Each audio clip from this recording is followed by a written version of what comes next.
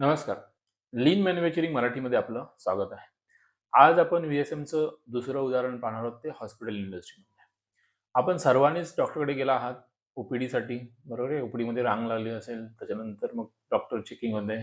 त्यानंतर मग फाईल कुठे आहे ती बघितली जाते आणि त्याच्यानंतर तुमच्यावरती उपचार होतात. ही नॉर्मल प्रक्रिया तुम्ही सर्वांनी अनुभवली असेल.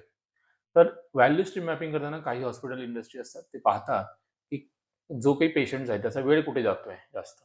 रजिस्ट्रेशनला जास्त वेळ जातोय, मग तो रांगी डॉक्टरांची वाट पाहतोय, डॉक्टर उपलब्ध असतील नाही आहेत. त्यानंतर उपचारासाठी खूप कमी वेळ लागतो बघायला गेलं तर, बरोबर? तर ह्यामध्ये व्हॅल्यू स्ट्रीम मॅपिंग केल्यानंतर तुम्हाला असं कळेल, की रजिस्ट्रेशन हे फास्ट कसं होईल. म्हणजे पेशंट डॉक्टरांची वाट पाहावी लागणार नाही. त्यांना लगेच त्याच्यावरती उपचार होईल.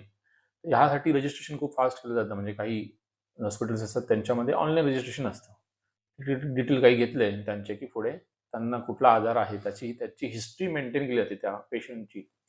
आणि त्यामुळे त्यांना कळतं, की हा जो काही पेशंट आहे त्याच्यावरती कुठले आजार आहेत त्याला होते किंवा आहेत आणि याच्यानुसार त्याच्यावरती योग्य उपाय कुठला औषधं द्यावी हे त्याला हॉस्पिटल इंडस्ट्रीला लगेच कळतं.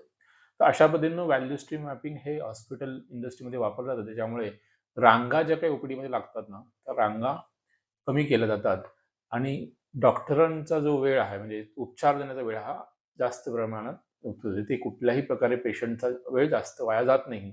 त्याच्यावरती उपलब्ध उपचार हे खूप फास्ट होतात आणि त्यामध्ये पेशंटचा वेळही वाचतो.